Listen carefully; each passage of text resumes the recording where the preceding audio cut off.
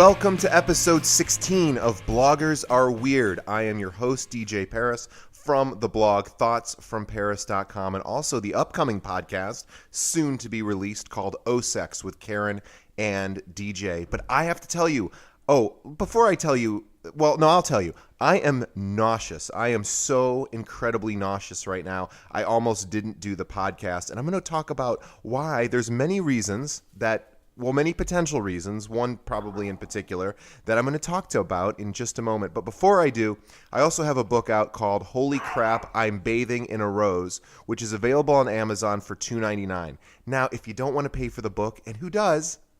Many people have bought it, actually. But if you don't want to pay for the book, I've got a way you can still get the book without paying, although that's not really very cool to me. But I'm going to give away 20 copies of my book just because I'm feeling generous. For every pound that I lose, which will be 20 here within the next 10 weeks. So I have a contest with my dad, and my dad's already lost 4 pounds. I have already lost 4 pounds, and it's only been a week. Thank God for baby laxatives. No, I'm not taking baby laxatives.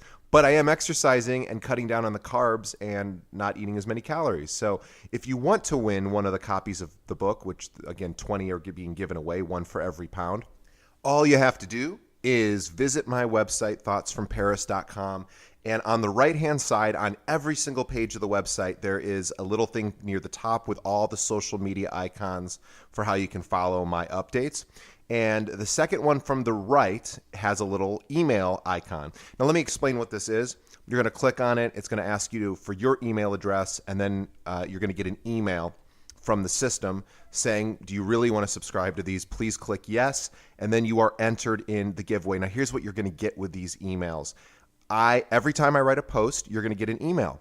Now, you don't have to stay subscribed to it forever. If you'd rather read my stories via the website, you can unsubscribe. But don't unsubscribe until I've lost the 20 pounds, because I'm going to pull the winners straight from that email subscriber list. And I promise not to sell you anything or send your information to someone else. I don't do that. I just want to get a list of emails, and it's the best way I know how. So go to my website, click on the social media icon that has the little envelope on it, which is, of course, email, subscribe, and then you're entered in the contest. Okay, let's get back to me being nauseous. But before I do that, I keep trying to get there, and I can't quite get to the nausea. I just woke up because I've been nauseous, and I took a nap to try to get over it, and I woke up even more nauseous. But the upside of being nauseous, and I never get nauseous. I never, ever, ever. I mean, it's so rare. It's like really bothering me. I almost, couldn't even make it to do this podcast because I felt so sick. But I did have one positive.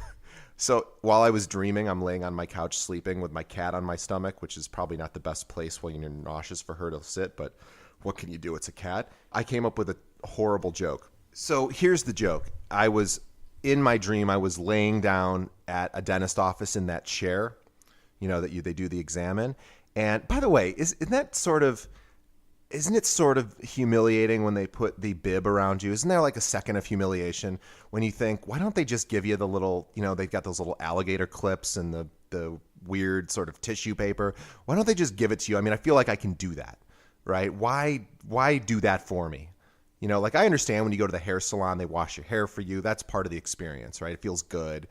But there's always a little sense of embarrassment that they've got to put the little thing around your neck. And I feel like I can't clean my teeth. I get that. So do that. Spend the extra 20 seconds on that instead of going around my neck. Because what if my neck was dirty or something? I don't want them touching it. And I'm already afraid of cavities. I don't want somebody sort of touching my face when I don't need to. Anyway, I just don't like it. I'm probably overthinking this. But anyway, I'm laying in this thing, and the dentist comes in, and he goes, well, he just says, oh, okay, so we haven't taken a look at your teeth in a while. And I say, again, this is a dream, I say, impressions? And he goes, oh, no, we don't have to do impressions. We got them. And then I say, oh, great, because I thought you were going to say, your teeth suck.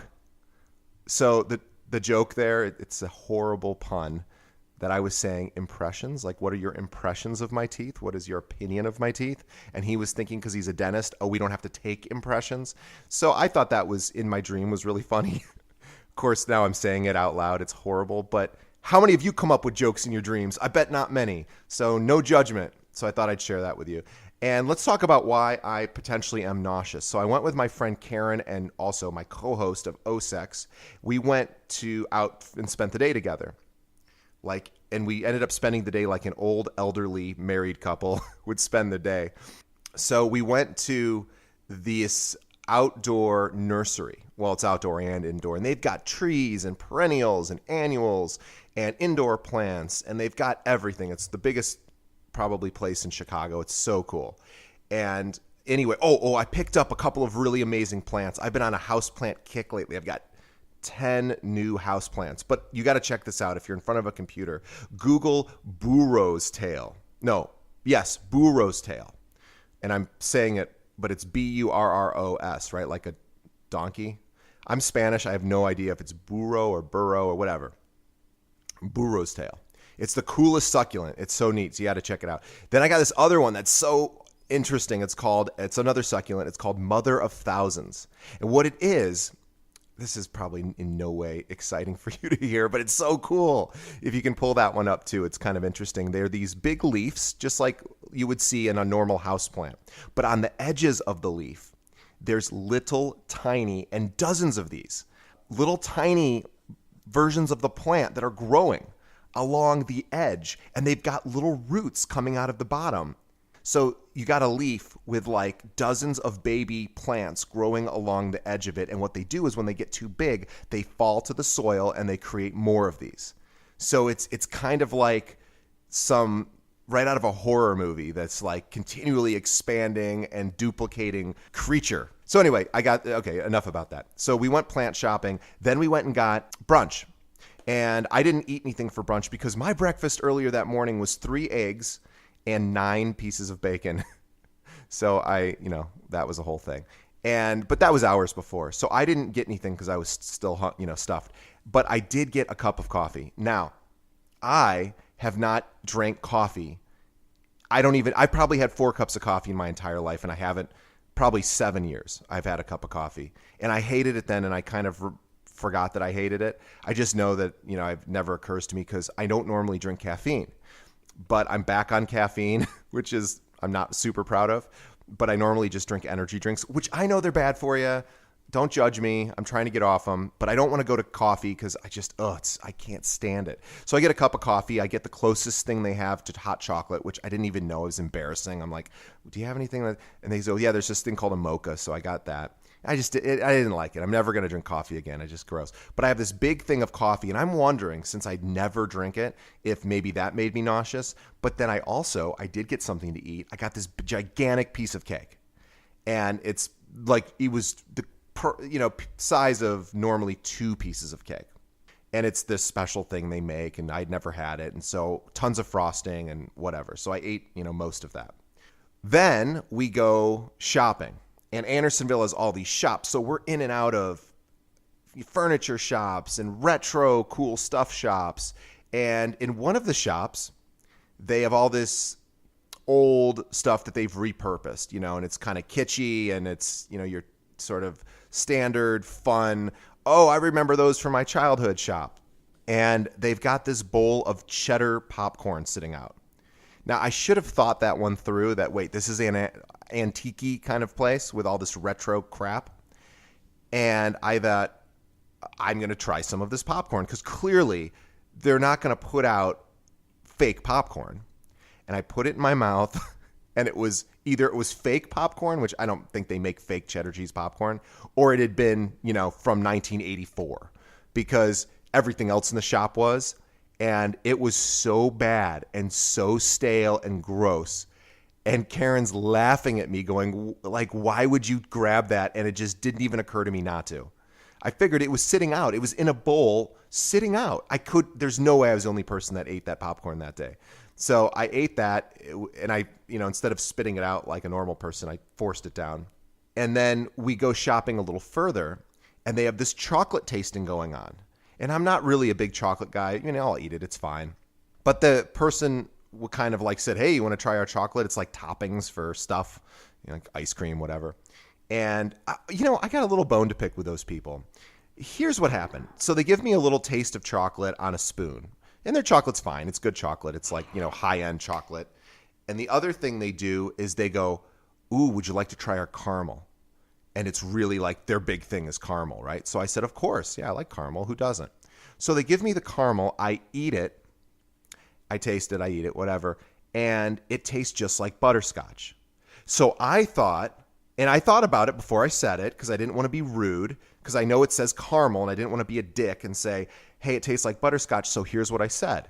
It tasted just like a Werther's, right? That's really what it tasted like. And I said, oh, wow, this was really good. It has a little bit of butterscotch in it, which I figured would not offend them because they don't want to think their stuff tastes like butterscotch when it's really caramel.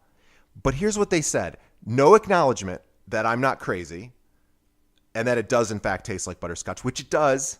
I know what it tastes like. They go, oh, we've got a butterscotch, and it's delicious. And I wanted to go further and say, no, I understand it's not exactly butterscotch, but it has butterscotch in it. But they didn't do that thing that people should do when something is like something else, but they don't really want to admit it, but they know deep down it is. Like my ex-wife used to do this where she'd over-season something, some sort of food item for dinner, and you can't really say anything or else you're a colossal dick if somebody's made you dinner if you go, well, this was kind of over-seasoned. But finally, after like a year, I was like, fuck it, I have to just tell her and run the risk of hurting her feelings, which it always did hurt her feelings. I would say, this is a tad over-seasoned. And I know she knew it. So why not own it and not make me have to say it? Because I have to say it because I don't want to eat it. And if you don't eat something somebody prepared for you, that's even worse than saying something, because then you're sort of passive-aggressively not saying that it's terrible. So I would say, hey, next time, thank you so much, but next time, do you mind like maybe a little less seasoning? And she'd be like, well, she just got so offended. And my whole thing is, I understand you can get a little bit offended, but how about acknowledging, you're right, DJ, it's a little bit over-seasoned, because you know what? It's not like we all have different seasoning tastes. I mean, yes, we do, of course, but we all eat at restaurants, which are made for the masses, and shit seems to be seasoned a very specific way, and if it didn't, nobody would go in. If things were over-seasoned at Applebee's, they wouldn't have a chain of restaurants because nobody would go there. So we all sort of collectively agree as a culture on what we like taste-wise. And yeah, there's a million different foods, but if you go into Applebee's and you order anything random on the menu, you'll probably go, yeah, it's okay. So here's what I ate again. I had eggs and bacon for breakfast. I had a cup of coffee. I had this big, gigantic piece of cake. I get home, and all of a sudden, this wave of nausea rolls over me. Oh, and the popcorn. So I don't know what happened. But let's move on. We're getting getting bogged down in the nausea.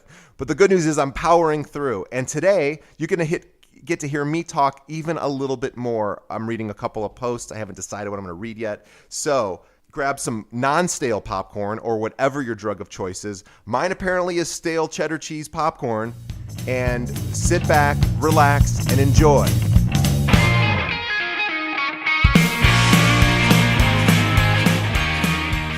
Today's podcast is sponsored by romance-text.com. Looking to reignite the passion in your relationship? You have to check out romance-text.com.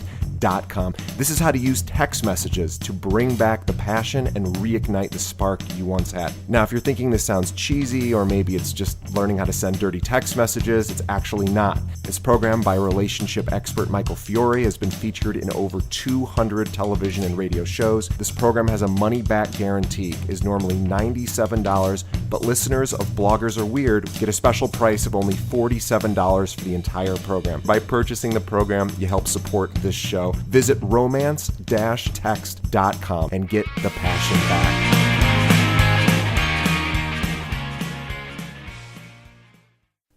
Before we get started, I just realized as I listened back that I went about 13 minutes on that insane intro, which wasn't really all that interesting. So I'm sorry for that. So what I'm going to do is only read one story today, which is about my time as a Protestant at a Catholic high school, which I have a series of these on my website, thoughtsfromparis.com, called Paris-Ochial, which is kind of a play on the word parochial. If that's not super obvious, is the best I could come up with.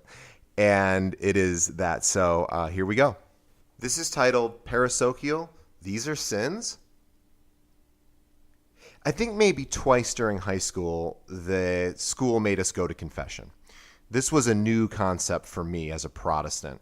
Sure, I had seen confessions in action movies, but it was always the protagonist confessing a sin to a shadowed priest in a darkened booth with that sliding cheese grater wall thing.